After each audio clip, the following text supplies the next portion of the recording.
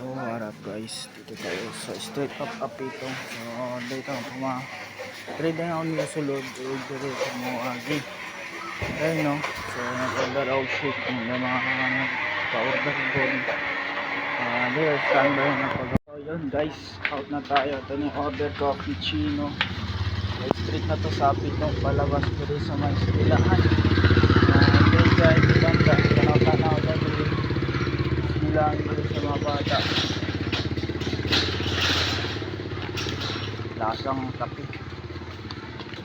So pakita na ako sa inyo kung sa eskwelahan dayon, ito rin banda, may mga tricyclean. Ugat may gate.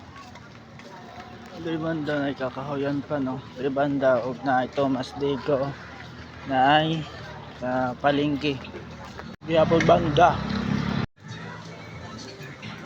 So diya guys, double ng parking di banda mga dawabok sa krenan.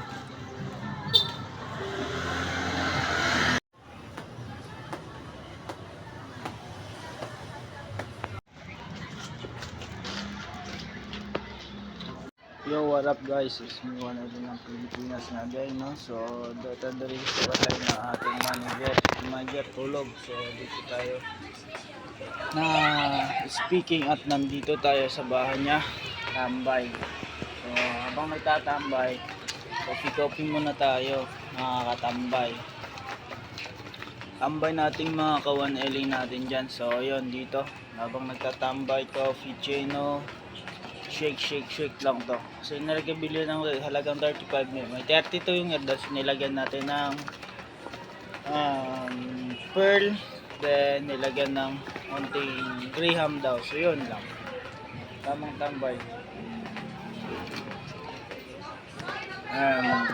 Tambay kasi nagsilibasan ng mga estudyante. Nagsilibasan ng mga estudyante.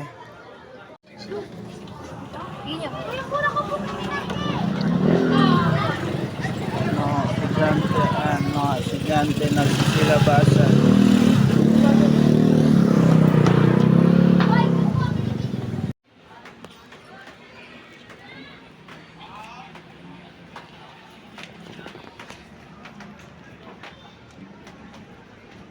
Habang tambay muna tayo dito sa may ADB na motor 160.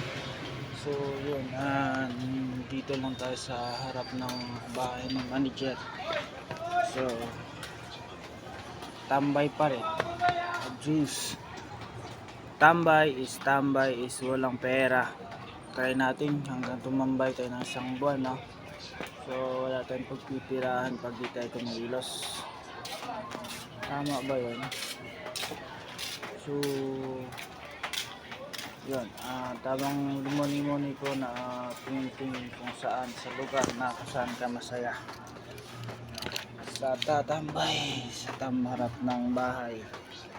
So located din na diri sa balay ni manager yung ano niya yan dito sa image ng bahay na kanan na Milagros Pahalo, yung Lomot Street. So block 3 block 5. So no, so diri lang dito magdugay o diri na to i-upload or ako ang share na tong video na para sa inyo. So tambay lang tara. So makita tayo nyo ni sa page natin na viewers. So huwag dito magdugay, upload na to sa 1LA ng Pilipinas. I hope na magsuporta ka mga ka 1LA. So tamang tambay nga lang to dito sa ADB no, ADB 160. Dito tayo sa bahay ni manager. So wala mo kay bahay, wala tang pagmamalaki at wala akong ipagmamalaki sa sarili ko kaya wala tang narating na tamang tambay. So wala akong ipagmamalaki sa sarili ko na wala akong bahay mga guys. So tamad tayong kumilos kaya wala tayong bahay na ipagmamalaki sa ating mga viewers kaya di tayo sikat.